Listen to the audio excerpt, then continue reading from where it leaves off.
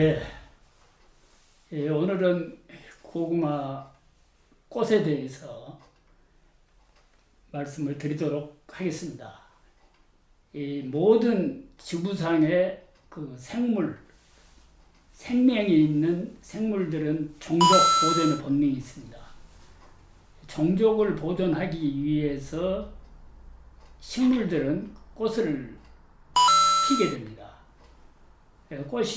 꽃을 피워야 그걸 교배가 이루어지고 거기에 이제 후대가 씨앗으로 만들어집니다. 그런데 고구마는 두 가지 방법에 의해서 후손들이 이어가게 됩니다. 후손들을 말하자면 꽃을 피워서 교배가 이루어져서 씨앗으로 남기는 방법이 있고, 또 우리 한국에서 이 고구마 그 묘를 만들어 가지고 묘를 심어서 고구마를 달리게 해서 우리가 고구마를 먹고 있는데, 우리가 먹는 그 고구마에 눈이 많이 붙어 있습니다. 그래서 그 눈을 이용해서 또 고구마는 자기 후손들을 정식시키고 또 이어가게 하는 그런 일들을 고구마가 하고 있습니다. 그렇기 때문에 이 두 가지를 설명을 잠깐 해드린다면, 그러면 씨앗으로 우리나라에서도 씨앗으로 재배하면 어떻게 되냐? 그러나 그것은 불가능합니다.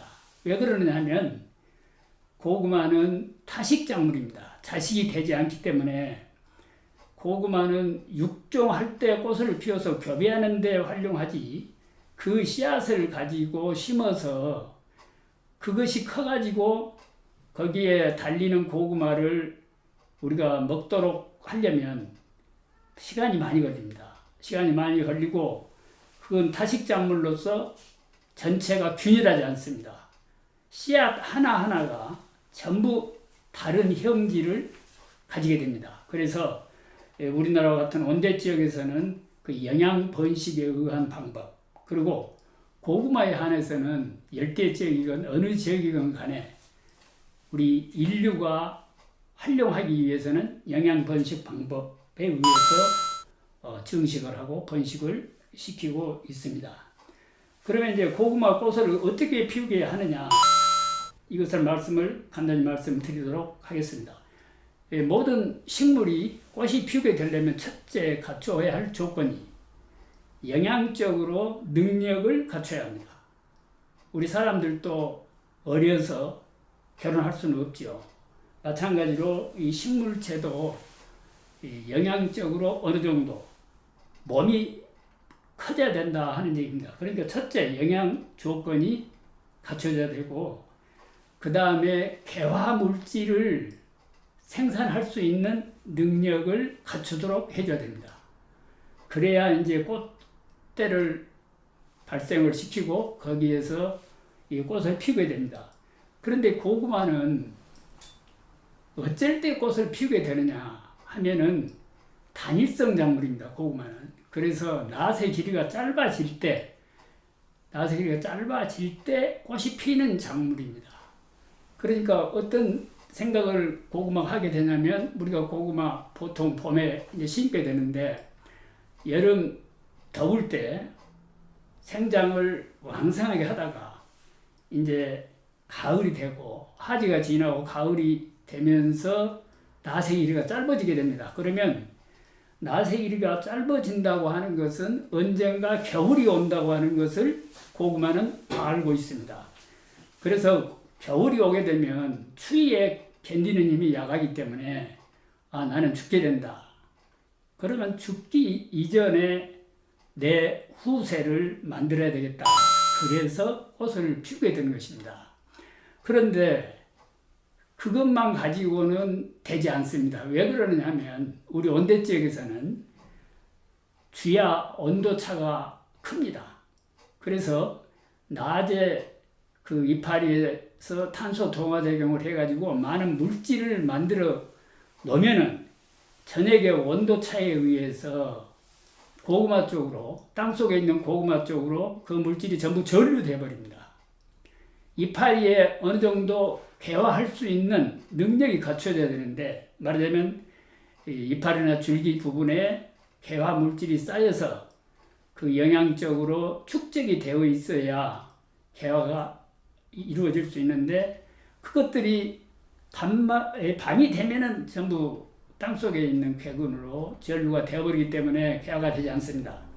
그래서 그것을 막아주기 위해서 나팔꽃 대목에다가 고구마를 접을 붙여버립니다. 그러면 나팔꽃 뿌리는 위에서 영양물질이 내려와도 비대할 줄을 몰라요. 고구마 뿌리는 그 고구마로 비대할 수 있는 성질이 있기 때문에 위에서 물질이 내려오면 그대로 받아들여서 비대가 되어버립니다. 그러나 나팔꽃 뿌리는 한 번도 그런 뿌리가 비대해본 경험이 없거든요. 그래서 위에서 물질을 아무리 고구마 순이 내려보낸다 해도 나는 그걸 활용할 수 없다. 그러니까 지상부에 너희들이나 잘 먹고 거기에서 꽃을 피워라. 이렇게 얘기를 하게 됩니다. 바로 그것 때문에 나팔꽃 대목에 접목을 붙이는 것입니다. 그 접목을 붙인 다음에 또 단일 처리를 계속 해줘야 돼요. 단일 처리해 주어야 또 이제 개화 물질을 만들 그런 준비를 하게 되는 것입니다. 그래서 그 무안의 그 바이오 에너지 작물 연구소에서는 겨울에 하우스 안에서 또 아니면 원실 안에서 이 교배를 합니다. 꽃을 피우게 하고. 왜 그러느냐? 겨울은 낮이 짧잖아요. 자동 단일이 되어버리잖아요. 여름에 이 개화를 시키려면 단일 처리를 해야 되기 때문에 무척 어려움이 많습니다.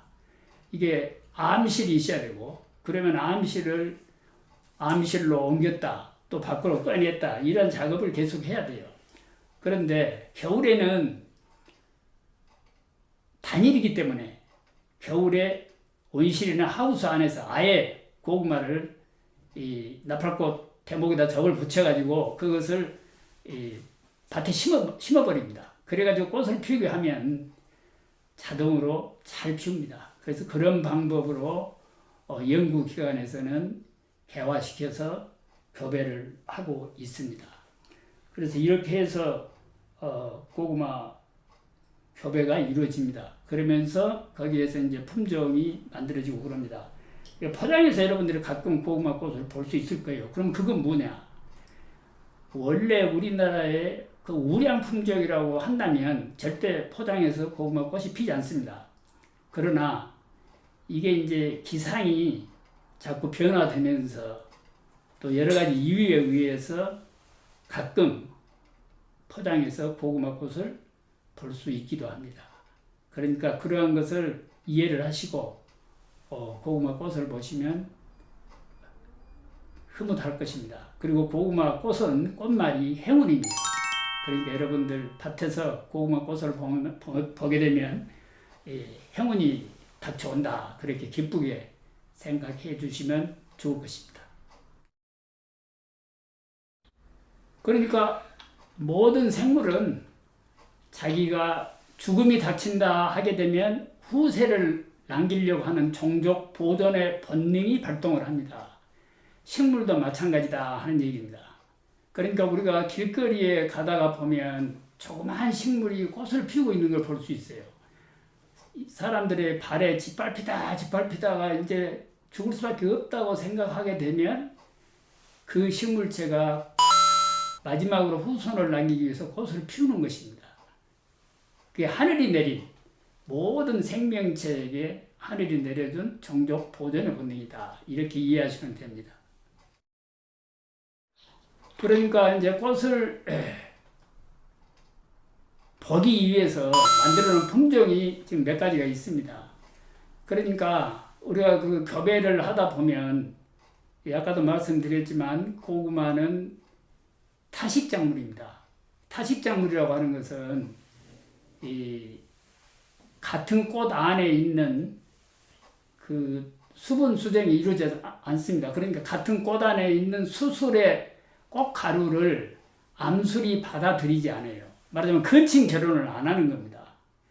그리고 멀리 있는 꽃하고만 교배가 이루어집니다. 그렇기 때문에 잡종이라고 하는 얘기예요. 순종이 만들어질 수가 없습니다. 이 벼나 보리 같은 것은 자식이 됩니다. 그러니까 자기 꽃 안에서 교배가 이루어져요. 그렇기 때문에 이러한 것들, 그러한 자식 작물들은 인간들이 더 도와줘야 됩니다. 물론 자기들 스스로도 보존이 되는데 그러한 것들은 더 인간들의 도움이 필요하다 이렇게 생각하시면 되고요. 이 타식 작물들은 더 다양하게 번식을 할 수 있습니다. 다양성을 가질 수가 있어요. 그러니까 여러 가지 어려운 역경을, 어려운 환경을 이겨낼 수 있다고 하는 장점이 있습니다. 근데 이것을 우리 인간이 이용하려고 보니까 이제 어렵죠. 어려운데 인간이 이용할 수 있는 방안만 우리가 빼서 슬쩍 활용을 하는 겁니다. 그 대신 이 고구마가 종족 번식을 할 수 있도록 우리가 매년 저장을 했다가 또 씨앗은 남기고 또 우리가 필요한 것은 우리가 먹고 또 씨앗 남겨주고 이렇게 하고 있지 않습니까? 그러니까 우리가 고구마의 종족 보존의 본능을 지켜주면서 그 사이에서 우리가 고구마를 활용하고 있는 것입니다. 이 자연의 법칙 속에 인간과 고구마가 서로 협력하고 있는 겁니다. 모든 작물과 인간이 협력하고 있다 이렇게 생각하시면 됩니다. 말하자면 꽃이 그렇게 많이 피는 품종은 수량이 매우 적습니다. 그러니까 수량이 적을 것을 각오하고 꽃을 보기 위해서 우리가 유지 보존을 하는 것이죠. 그러니까 그러한 그 고구마 품종을 저장하기는 농가에서는 상당히 어려울는지 몰라요. 일반 고구마처럼 아마 이 고구마가 저장력이 아마 강하지는 않으리라고 그렇게 생각이 됩니다. 제가 퇴직 후에 그 꽃을 보기 위한 관상용 품종이 개발이 아마 되었어요. 그래서 그럼 필요하다면은 그 연구소에 연락을 하면 분양을 받을 수 있을 것입니다. 한번 얘기를 해서 몇 뿌리 얻어가지고 한번 심어 보시면 꽃을 관찰할 수 있으리라 봅니다. 농업 철학, 농업 철학이라는 과목이 있어요. 농업 철학. 그러니까 우리나라 이제 농업인들도 이제는 자기가 하고 있는 농사에 대한 어떤 철학적인 그런 생각을 할 수 있어야 될 때가 됐다고 봅니다. 이제는 우리나라 농업인들도 이제 뭔가 자신감을 갖고 전진할 수 있는 그런 시기가 된 게 아닌가. 그리고 특히 무안의 고구마 농사를 하시는 분들은 제가 볼 때 매우 만족도가 높습니다. 그리고 자신감에 차 있다. 저는 그렇게 평가를 하고 싶습니다. 그래서 거기에 이제 정말 농업인으로서의 갖추어야 할 철학적인 어떤 소양을 조금은 갖춰야 되지 않겠느냐. 그럼으로써 무안의 고구마가 세계화될 수 있고 또 여러 관광객들이 오더라도 품위를 유지할 수 있는 자세를 갖출 수 있을 것이다. 그런 생각이 듭니다. 고구마 관련 조직이 고구마 산업 중앙연합회라고 있어요. 그걸 이제 고구마 처음에 제가 퇴직을 하면서 전국에 있는 고구마 관련된 농업인들이 고구마 연구회를 만들자 해가지고 제가 이제 퇴직을 하니까 저보다 연구회장을 하라고 막 강요를 했어요. 그래서 원사장에 내가 어떻게 연구회장을 하느냐. 농업인 중에서 회장을 뽑든지 그래야지. 그리고 이름이 연구해갖고는 안 되고 한국고구마산업중앙연합회라고 명칭을 바꾸라.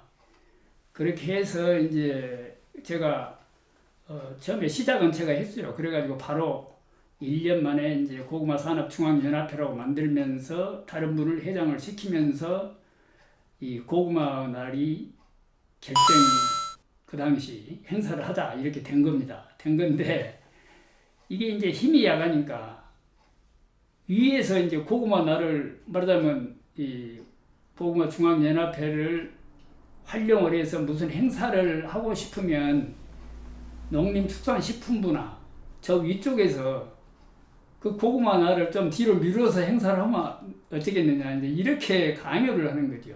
그러다 보니까 이것이 왔다 갔다 하는 거예요. 왔다 갔다. 지금 상황은 그런 상황인데 예. 별도로 우리 그러면 현재는 정확하게 이 날짜가 한국 고구마의 날이다라고 정해진 것은 없네요. 원래 11월 1일로 처음에는 11월 1일로 고구마 날을 하자 그렇게 한 걸로 제가 기억을 합니다.